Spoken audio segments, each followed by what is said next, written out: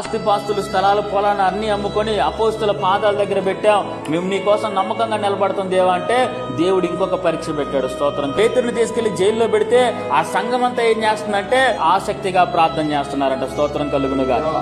Bible వాక్యం సెలవిస్తా ఉంది. అపోస్తుల కార్యం 4వ అధ్యాయంలో ఏంటో తెలుసా?